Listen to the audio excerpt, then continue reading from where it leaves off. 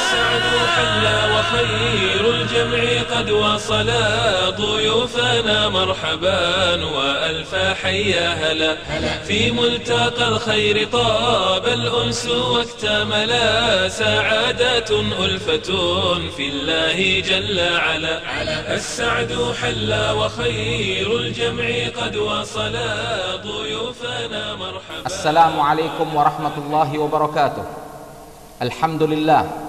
الحمد لله على نعمة الظاهرة والباطنة وأجلها نعمة الإسلام وأشهد أن لا إله إلا الله وتبارك اسم ربك ذي الجلال والإكرام وأشهد أن محمدا عبده ورسوله المبعوث إلى جميع الأنام وصلى الله عليه وعلى آله وأصحابه البررة الكرام وسلم تسليما كثيرا متواصلا على الدوام. Segala puji dan rasa syukur kita panjatkan kepada Allah Jalla Jalaluh atas segala limpahan nikmatnya, baik yang tampak maupun yang tersembunyi. Dan kenikmatan terbesar yang Allah telah limpahkan dan berikan kepada kita adalah kenikmatan Islam, di mana Allah jadikan kita terlahir dari rahim ibu-ibu kita dalam keadaan menjadi seseorang muslim, seseorang yang memeluk agama Islam. Dan kita semua orang-orang yang beriman dan bertakwa kepada Allah Subhanahu wa taala bersaksi bahwa tidak ada ilah yang hak untuk diibadahi dan disembah kecuali Allah Azza wa Jalla. Maha suci namanya, Allah lah pemilik keagungan dan kemuliaan. Dan aku bersaksi, kita semua orang-orang yang beriman dan bertakwa bersaksi bahwasannya Muhammad sallallahu alaihi wasallam adalah hamba dan rasulnya yang Allah telah utus beliau sallallahu alaihi wasallam kepada seluruh manusia di dunia ini dengan berbagai macam suku dan bangsanya, warna kulit dan bahasanya. Salawat dan salam semoga selalu tercurah kepada manusia terbaik junjungan kita Nabi besar Muhammad sallallahu alaihi wasallam, kepada keluarganya, para sahabatnya yang mulia, dan orang-orang yang istiqamah dalam menegakkan agama dan tuntunannya sampai datangnya hari perhitungan. Saudara sekalian, para pemirsa yang mulia, yang namanya problem dalam kehidupan kita tidak akan pernah berhenti. Yang satu selesai, yang lain datang lagi. Yang satu bisa diatasi, yang lain belum ada solusi. Begitulah problem silih berganti datang menghiasi kehidupan kita, dan itu memang sudah ketetapan Allah Subhanahu wa taala bagi kehidupan manusia. Siapapun orangnya, apapun statusnya dan kedudukannya, tidak akan pernah lepas dari yang namanya problem.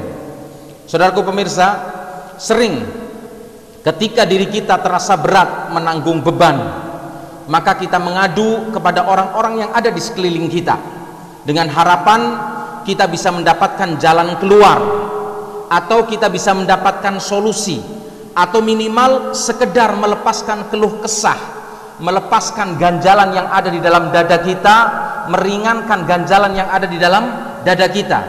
Dan itu bukan merupakan sebuah masalah sebenarnya apabila seseorang mengadu kepada orang lain atas setiap problem yang dia hadapi, sepanjang dilakukan dengan wajar dan kepada orang-orang yang terpercaya, bisa menjaga amanat curahan hati yang kita sampaikan kepadanya. Karena mungkin bisa jadi curahan hati tersebut atau problem yang kita sampaikan adalah berhubungan dengan permasalahan aib yang menyangkut diri kita. Oleh karena itu tidak kita sampaikan problem kita kecuali kepada orang-orang yang terpercaya, orang-orang yang kita pandang bisa menyelesaikan problem atau bisa menyelesaikan masalah yang sedang kita hadapi. Namun saudaraku sekalian, ada tempat mengadu yang sering kita lupakan dan kita abaikan. Padahal kesanalah seharusnya pengaduan tersebut pertama kali kita sampaikan, sebelum pengaduan tersebut kita sampaikan kepada manusia, yaitu mengadu kepada pemilik kita dan pemilik kehidupan kita, Allah Subhanahu wa taala, Allahu Rabbul Alamin. Dalam Al-Quran dapat kita baca pengaduan para nabi sebagai manusia terbaik yang Allah utus ke dunia ini. sebagai suri toladan bagi seluruh umat manusia. Kita akan dapatkan begitu banyak Allah Subhanahu wa taala menceritakan bagaimana pengaduan para nabi kepada Allah Subhanahu wa taala. Dan dalam cerita-cerita tersebut kita akan melihat bagaimana ketinggian tawakal para nabi tersebut dan husnudzon yang tinggi kepada Allah Subhanahu wa taala. Nabi Yakub alaihi salam yang mengadukan semua keluh kesahnya kepada Allah Subhanahu wa taala sebelum mengadu kepada manusia.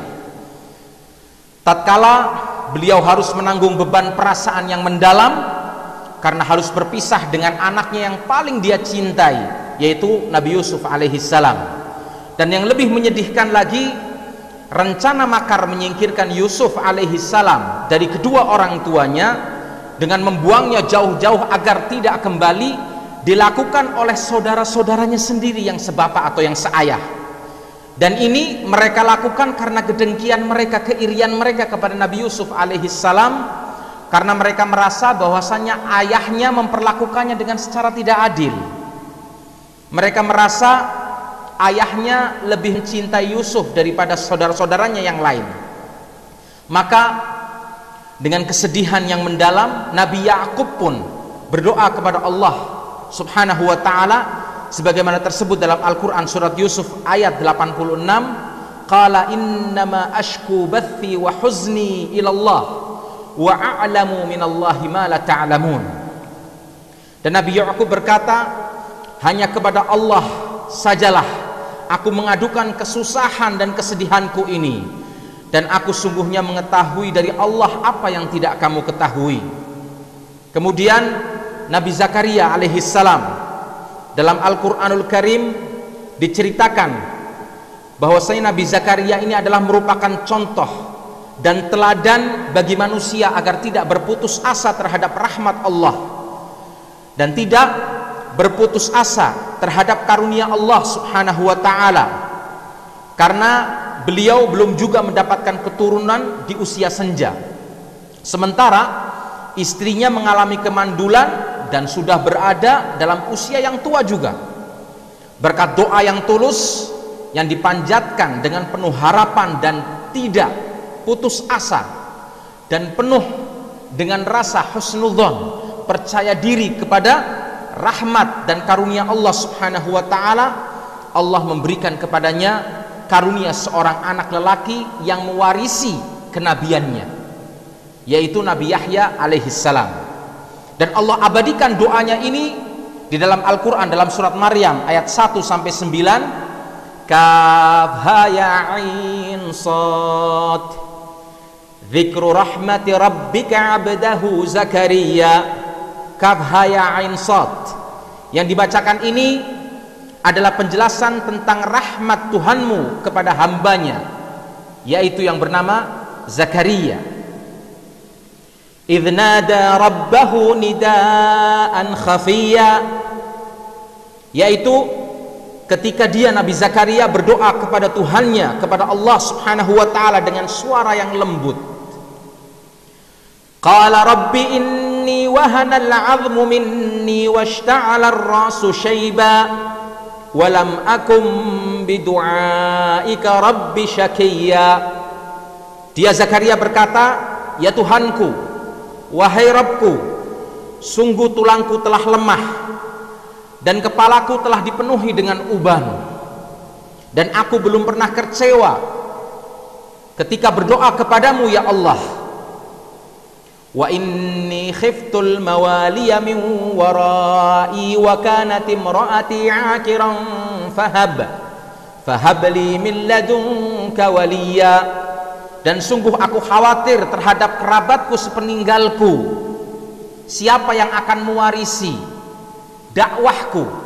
Siapa yang akan melanjutkan misiku untuk berdakwah kepada umat manusia, mengajak mereka kepada penyembahan yang benar, peribadahan yang benar kepada Allah Subhanahu wa taala, padahal istriku adalah seorang yang mandul.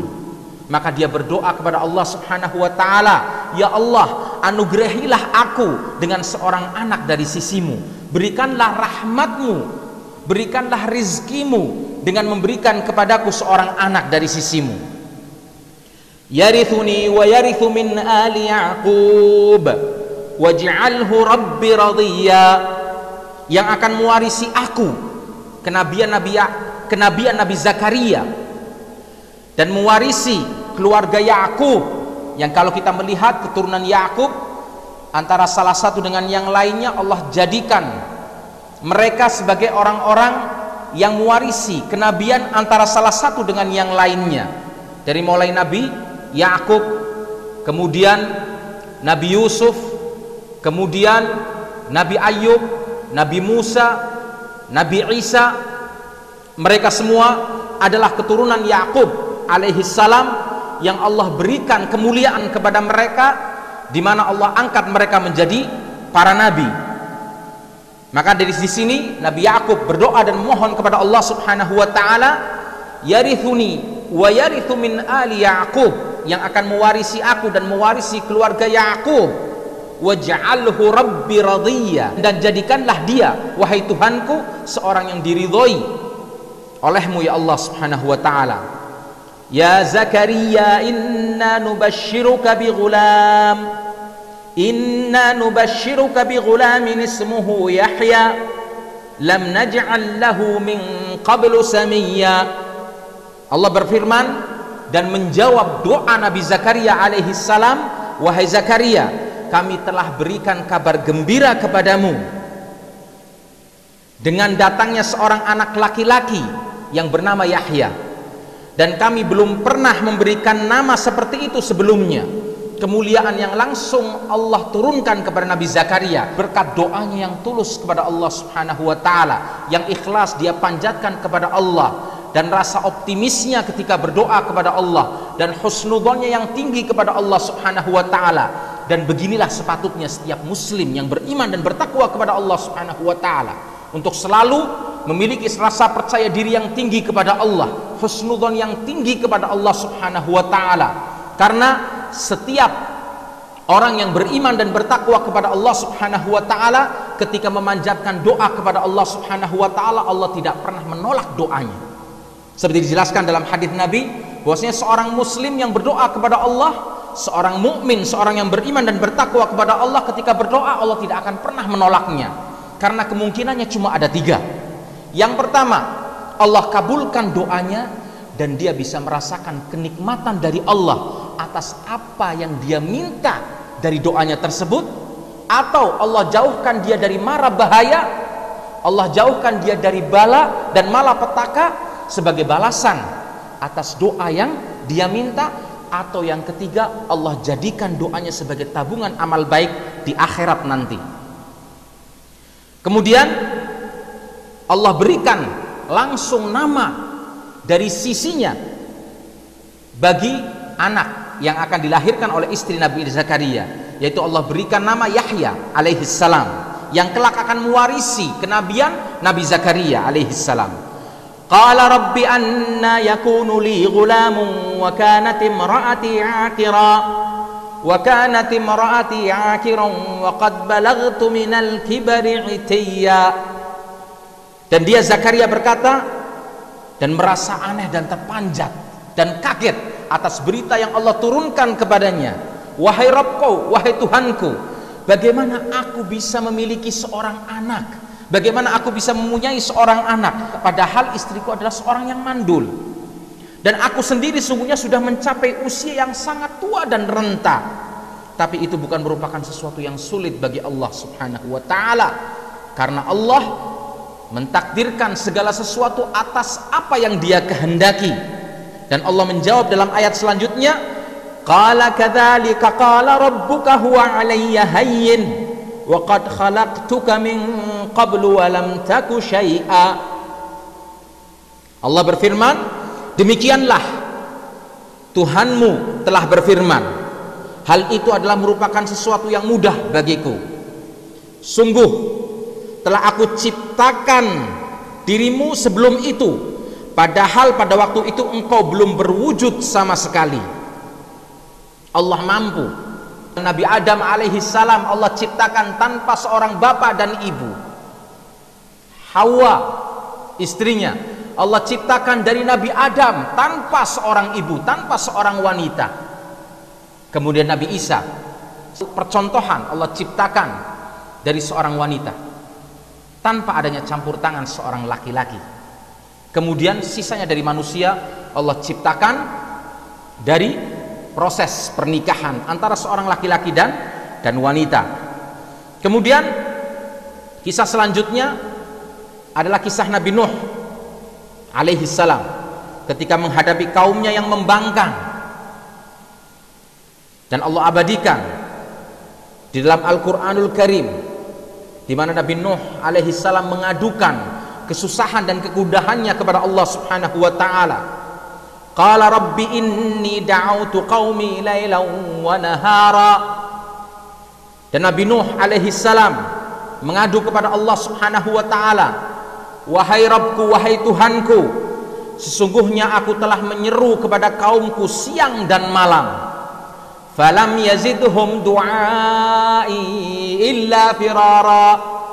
Tetapi seruanku itu tidak menambah iman mereka, tidak menambah keimanan mereka, justru mereka lari dari kebenaran yang aku dakwahkan. Wa inni kullama da'awtuhum litaghfira lahum ja'alu asabi'ahum fi adhanihim wastaghshaw thiyabahum wa asarru wastakbaru istikbara.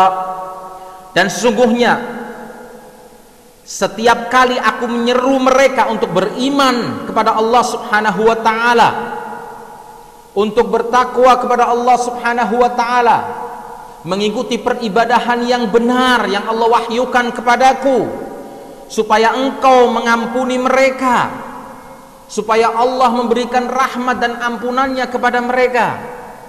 Apa yang mereka jawab terhadap dakwah Nabi Nuh alaihi salam? Ja'alu asabi'ahum fi adhanihim. Mereka jadikan atau memasukkan jari-jari mereka ke telinganya supaya tidak mendengar dakwahnya Nabi Nuh alaihi salam, dan bahkan menutupkan bajunya ke wajah mereka sebagai hinaan terhadap Nabi Nuh alaihi salam. Dan mereka pun tetap mengingkari dan sangat menyombongkan diri untuk menerima dakwah Nabi Nuh alaihi salam, sampai Allah turunkan kepada mereka air bah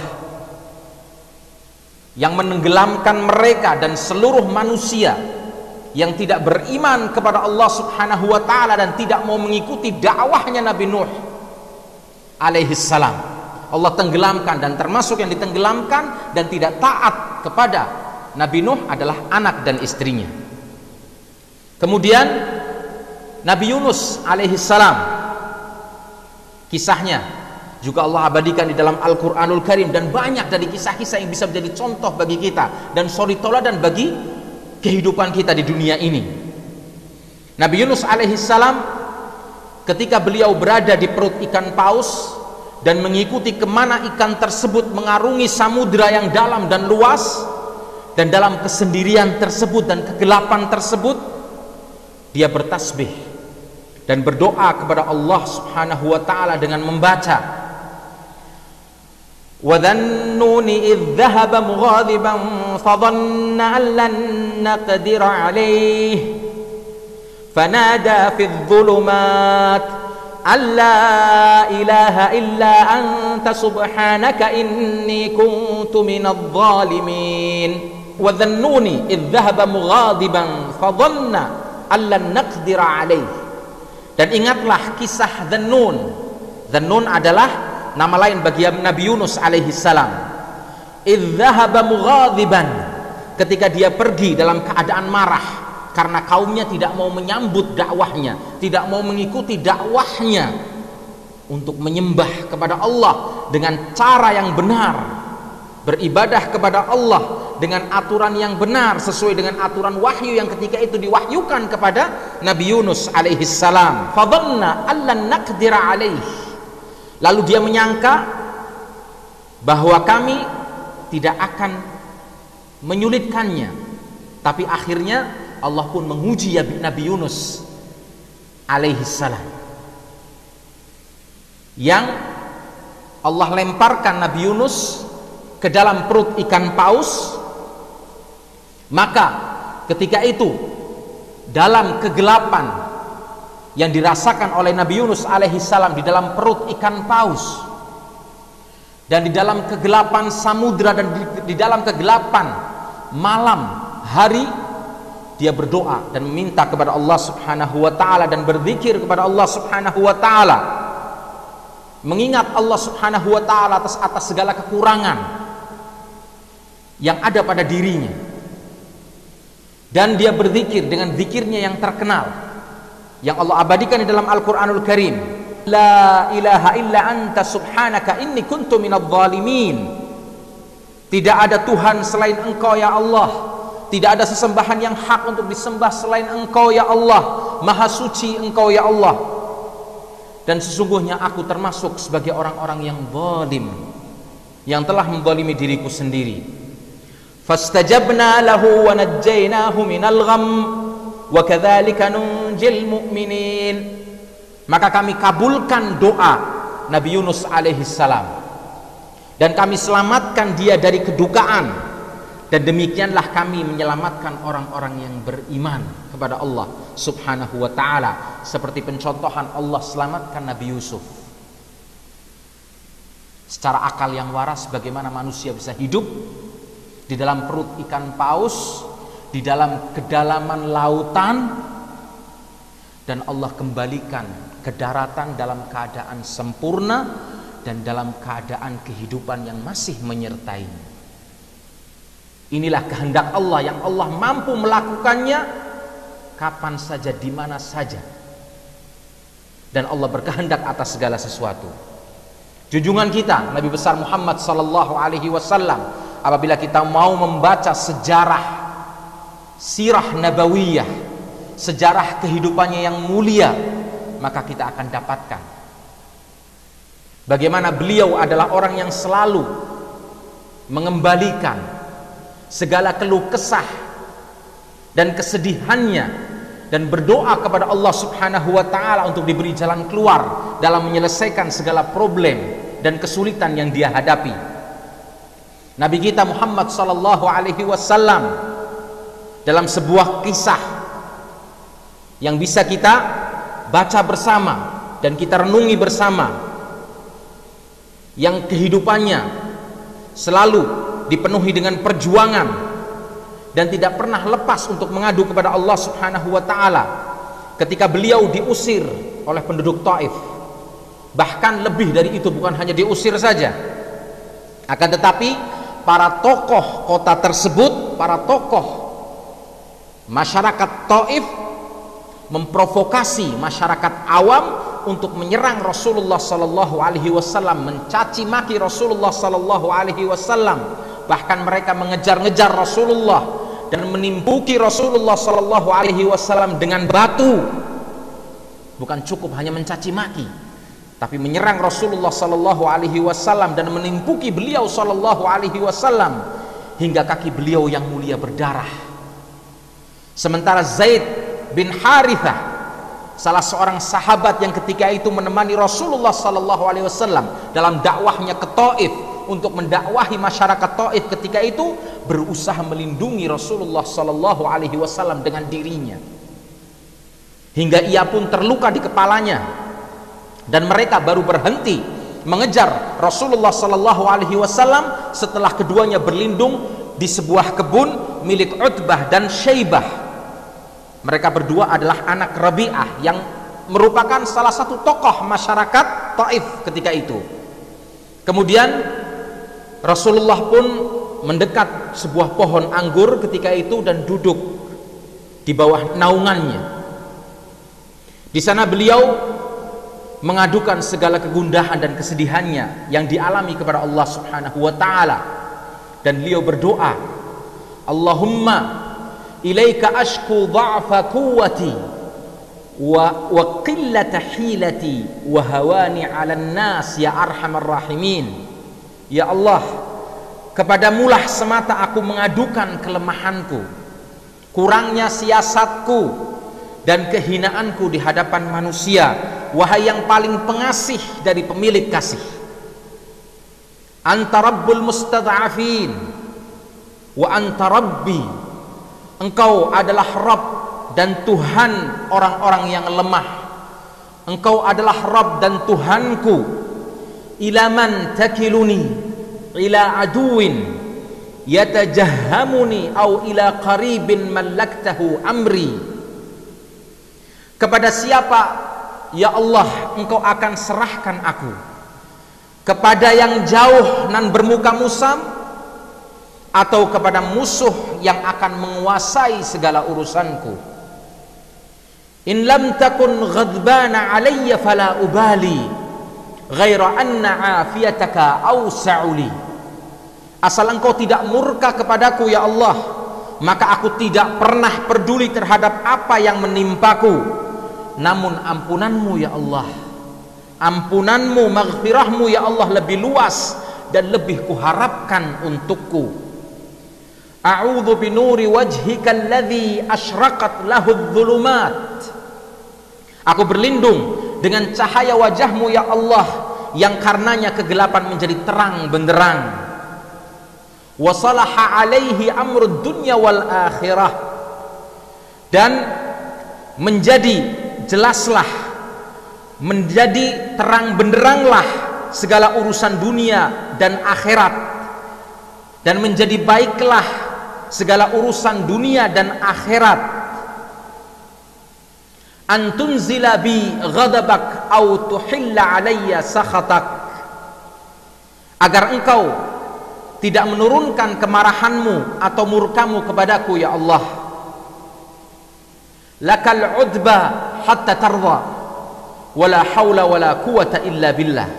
Engkaulah yang berhak menegurku ya Allah hingga engkau rela, dan tidak ada daya dan kekuatan kecuali denganmu dan darimu ya Allah. Dengan kesedihan yang mendalam, dan setelah membaca doa ini, Rasulullah pun kembali menuju ke kota Mekah. Di tengah perjalanan Allah subhanahu wa ta'ala mengutus malaikat Jibril bersama dengan malaikat penjaga gunung yang siap menunggu perintah dari Rasulullah sallallahu alaihi wasallam untuk menimpakan kedua gunung di Mekah kepada penduduk Mekah, kepada manusia-manusia yang tidak mau taat kepada Rasulullah sallallahu alaihi wasallam dan tidak mau mengikuti ajakan beliau sallallahu alaihi wasallam untuk menjadikan dirinya selamat dalam kehidupan dunia dan akhirat, dan bahkan mencaci Rasulullah sallallahu alaihi wasallam dan menyakiti diri beliau sallallahu alaihi wasallam. Namun apa jawaban Rasulullah Nabi kita yang mulia Muhammad sallallahu alaihi wasallam? Bal arju an yukhrijallahu min aslabihim man ya'budullaha wahdah la yusyriku bihi syai'an. Setelah hinaan, cercaan, bahkan menyakiti Rasulullah sallallahu alaihi wasallam dan menyakiti fisiknya, bukan doa kecelakaan yang Allah sampaikan untuk mereka, bahkan Rasulullah mendoakan mereka dengan kebaikan. Justru Rasulullah sallallahu alaihi wasallam mendoakan mereka dengan kemuliaan. Bal arju an yukhrijallahu min aslabihim man ya'budullaha wahdah la yusyriku bihi syai'an. Justru aku berharap Allah mengeluarkan dari tulang rusuk mereka keturunan yang dapat menyembah Allah azza wa jalla semata dan tidak menyekutukannya dengan sedikit apapun. Contoh lain dari kisah Nabi kita Muhammad SAW ketika hendak perang Badar, tak henti-hentinya Rasulullah SAW berdoa dengan sungguh-sungguh kepada Allah agar diberikan pertolongan dan kemenangan dalam peperangan pertama kali ini antara kekufuran dengan tauhid, antara kesyirikan dengan tauhid, antara manusia yang menyembah dan mau taat kepada perintah Allah subhanahu wa ta'ala dengan manusia-manusia yang kufur kepada Allah subhanahu wa ta'ala dan tidak mau mengikuti hukum-hukumnya dan perintahnya. Rasulullah bersungguh-sungguh dan berdoa agar diberikan pertolongan dan kemenangan, hingga diceritakan beliau berdoa sampai selendangnya jatuh dan Abu Bakar As-Siddiq radhiyallahu anhu pun mengambilnya, memungutnya dan mengembalikannya ke punggung Rasulullah sallallahu alaihi wasallam. Rasulullah berdoa, Allahumma inni anshuduka ahdaka wa wa'adak.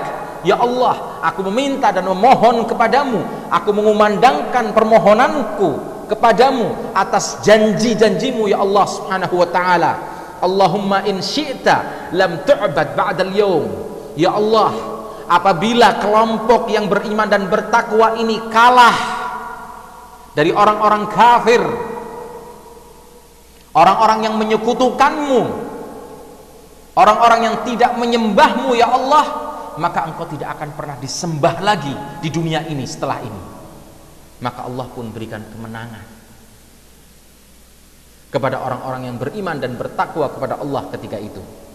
Ketika hendak perang Ahzab, beliau sallallahu alaihi wasallam memanjatkan doa kepada Allah Subhanahu wa taala, di mana ketika itu kabilah-kabilah Arab bersekutu, seluruh kabilah-kabilah Arab bersekutu, dan ditambah dengan kekuatan orang-orang Yahudi yang bersekutu untuk menyerang kota Madinah, untuk menyerang Rasulullah sallallahu alaihi wasallam dan para sahabatnya, untuk menyerang umat Islam, dan bukan merupakan sesuatu yang aneh. Semenjak zaman Rasulullah sallallahu alaihi wasallam, kalau kekuatan kafir berkumpul, bersekutu untuk menyerang kekuatan Islam, untuk menyerang umat Islam, untuk menghancurkan umat Islam, mereka bersekutu dengan segala tipu daya dan kekuatan mereka, tetapi dengan penuh percaya diri dan rasa optimisme yang tinggi akan kemenangan yang akan didatangkan oleh Allah Subhanahu wa taala. Beliau berdoa dan memanjatkan doa kepada Allah, Allahumma munzilal kitab, sari'al hisab, Allahumma hzimil ahzab, Allahumma hzimhum wa zalzilhum. Ya Allah, yang menurunkan Alkitab, Al-Quranul Karim sebagai pegangan hidup umatmu sampai akhir zaman nanti, yang harus ditegakkan dan harus direalisasikan dalam kehidupan setiap manusia di dunia ini, yang cepat hisabnya. Hancurkanlah tentara sekutu yang akan menghancurkan kekuatan Islam ini, yang akan menghancurkan hamba-hambamu yang beriman dan bertakwa kepadamu ya Allah Subhanahu wa ta'ala. Ya Allah, hancurkan mereka dan goyahkanlah mereka. Dan ketika itu kekuatan kafir yang didukung dengan kekuatan orang-orang kufar Quraisy dan masyarakat Arab secara umum ketika itu, mereka tidak tahu kalau mereka sedang menghadapi orang-orang yang beriman dan bertakwa kepada Allah Subhanahu wa ta'ala. Dan begitu pula lah Allah akan menurunkan kekuatan dan kemenangan bagi hamba-hambanya yang beriman dan bertakwa kepada Allah sampai datangnya hari pembalasan. In tansurullaha yansurkum. Dan apabila kalian memenangkan agama Allah Subhanahu wa ta'ala, membela agama Allah Subhanahu wa ta'ala, maka Allah akan memberikan kemenangan kepada kalian semua. Maka ketika itu Allah kirimkan salah satu dari pasukannya. Allah kirimkan angin dan tofan yang begitu kencang, yang menghancurkan dan menerbangkan mereka semua, sehingga mereka bergelimpangan dan terbang, diterpa oleh angin, dan hancurlah kekuatan musuh. Inilah bala bantuan yang Allah turunkan kepada hamba-hambanya yang beriman dan bertakwa kepada Allah Subhanahu wa ta'ala. Oleh karena itu, para pemirsa yang budiman, ikutilah jejak para nabi kita yang telah Allah jadikan percontohannya di dalam Al-Quranul Karim. Cobalah kita baca satu persatu, kita renungi, dan kita jadikan itu sebagai pedoman bagi kehidupan kita. Karena itu, saudaraku sekalian, para pemirsa yang mulia, ikutilah jejak para nabi, mengadulah kepada Allah Subhanahu wa ta'ala ketika kita menghadapi problem dalam kehidupan ini. Sebelum kita mengadu kepada manusia, minta ampunlah kepada Allah Subhanahu wa ta'ala. Pasrahkan diri kita, nyatakan ketidakberdayaan kita di hadapan Allah Subhanahu wa ta'ala, tumpahkan segala harapan dan permohonan kita kepada Allah Subhanahu wa ta'ala, basahi pipi-pipi kita dengan simbahan air mata, dan yakinlah diri kita akan mendapatkan pertolongan dari Allah Subhanahu wa ta'ala. Apalagi saudaraku sekalian, dibanding mengadu kepada manusia, mengadu kepada Allah Subhanahu wa ta'ala memiliki beberapa keuntungan. Yang pertama, dimasukkan dalam ibadah, dan pelakunya tentu akan mendapatkan balasan pahala dari Allah Subhanahu wa taala, karena berdoa adalah ibadah. Dijamin terjaga rahasianya dibanding kalau kita mengadu kepada sesama manusia, apalagi orang-orang yang tidak memiliki amanat, yang akan menyebarkan aib saudaranya, bukan memberikan solusi, memberikan pemecahan masalah, justru malah menjadikan kesempatan untuk menjatuhkan saudaranya. Dan kasihan, saudaranya tidak tahu kalau orang ini berhati busuk. Oleh karena itu mengadu kepada Allah dijamin terjaga rahasianya. Dan kita tidak menjadi sungkan mengekspresikan pengaduan kita, membasahi pipi-pipi kita dengan tangis kita, merendahkan diri kita dan menghinakan diri kita sebagai hamba yang lemah kepada Allah Subhanahu wa taala, dan semakin mendekatkan diri kita kepada Allah Subhanahu wa taala, mendatangkan ketenangan bagi jiwa kita, karena ya kita semua yakin bahwa pengaduan kita pasti didengar dan dijawab oleh Allah Subhanahu wa taala dalam bentuk dan waktu yang Dia kehendaki. Dan Allah berfirman dalam surat Al-An'am ayat 17, wa in yamsaskallahu bidurrin fala kashifa lahu illa hu. Dan jika Allah menimpakan sesuatu bencana kepadamu, maka tidak ada yang dapat menghilangkannya selain Dia, Allah Subhanahu wa taala. Wa in yamsaska bi khairin fahuwa ala kulli syai'in qadir. Dan jika Allah mendatangkan kebaikan kepadamu, maka Dia maha kuasa atas segala sesuatu. Kalau seluruh manusia dan jinnya di dunia ini berkumpul untuk memberikan kemadaratan kepada Anda, maka kemadaratan itu tidak akan terjadi kecuali atas izin Allah Subhanahu wa taala. Dan jika seluruh manusia dan jinnya berkumpul di dunia ini untuk memberikan kemaslahatan kepada Anda, maka kemaslahatan itu tidak akan datang kecuali atas izin Allah Subhanahu wa taala. Dan akhirnya saya tutup kajian ini dengan doa, semoga Allah Subhanahu wa taala memberikan rahmatnya kepada kita dan memberikan petunjuk kepada hati kita, dan memberikan kemudahan bagi kita semua untuk selalu istiqamah dalam menempuh jalannya yang benar. Dan Allah berikan kemudahan kepada kita untuk bisa mengikuti sunnah-sunnah Nabi kita dan mempraktekkan Islam sesuai dengan apa yang dicontohkan oleh Nabi kita Muhammad sallallahu alaihi wasallam. Dan semoga Allah Subhanahu wa taala memberikan jalan keluar atas setiap problem yang kita hadapi. Wa sallallahu wasallama ala nabiyyina Muhammad wa ala alihi wa sahbihi ajma'in. Wabillahi taufiq. Wassalamu alaikum warahmatullahi wabarakatuh.